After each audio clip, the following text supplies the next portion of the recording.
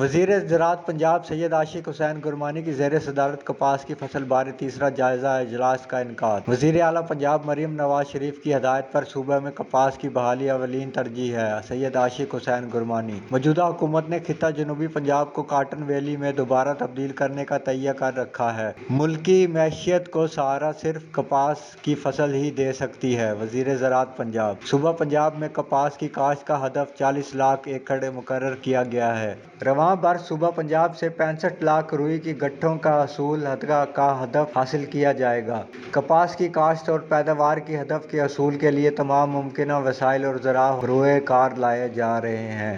وزیر اعلیٰ پنجاب مریم نواز کے وژن کے مطابق صوبہ میں سبز انقلاب لانے کے لیے متعدد منصوبے شروع کیے گئے ہیں: وزیر زراعت پنجاب۔ اجلاس میں ممبران صوبائی اسمبلی رانا محمد سلیم چودھری، ضیاء الرحمان چودھری، اسامہ فضل، اسامہ لغاری، زاہد اکرم نے شرکت کی۔